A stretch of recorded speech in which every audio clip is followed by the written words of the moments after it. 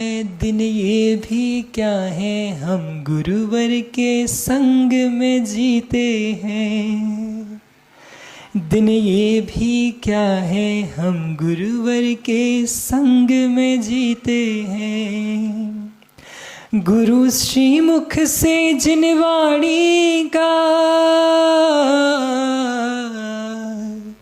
गुरु श्री मुख से जिनवाणी का अमृत रस पीते हैं। दिन ये भी क्या है हम गुरुवर के संग में जीते हैं। संग में आए, जीना प्रारंभ किया। गुरु मुख से जब जिनवाणी को सुना तो किसको छोड़ा और किसको पाया, ये हम यहाँ जानेंगे। कि जब घर में थे तो माँ पिता भाई बहन ये सब हमारे लिए क्या थे, और यहाँ आने के बाद उनका रूप किसने लिया हमारे जीवन में। तो माता की गोद थी प्यारी, अब जिनवाणी माँ हमारी। थे पिता हमारे ईश्वर, अब गुरुवर है परमेश्वर। बहनों का प्रेम लुटाना, भाभी माँ रूप में आना। थे भाई सरीखे भैया, अब संग के साधु भैया। अब तो ये सब कुछ गुरुवर के, अब तो ये सब कुछ गुरुवर के अपनत्व में मिलता है। दिन ये भी क्या है हम गुरुवर के संग में जीते हैं।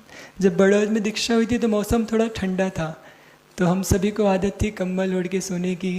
वो पुराने संस्कार जो थे। दीक्षा सर्दी में हुई तो कैसा हुआ फिर।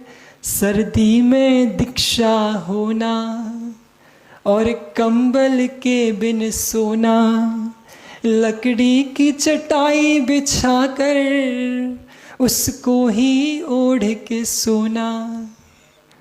सर्दी में बिहार का होना, बादल में सूर्य का खोना। सरकारी स्कूल का मिलना, खिड़की में कांच न होना, खिड़की में कांच न होना। मौसम ठंडा होने पर भी,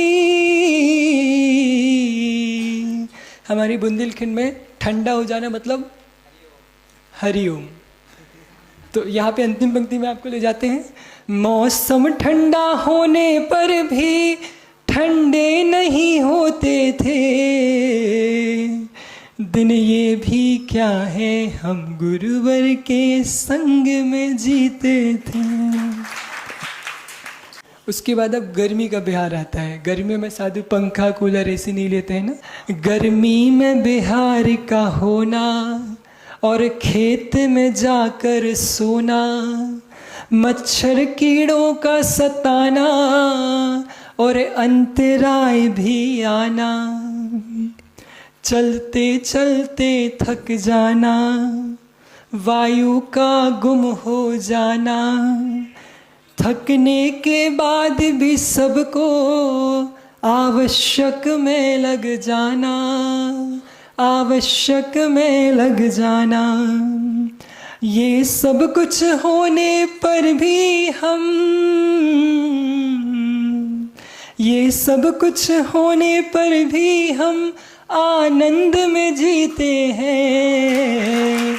दिन ये भी क्या है हम गुरुवर के संग में जीते हैं।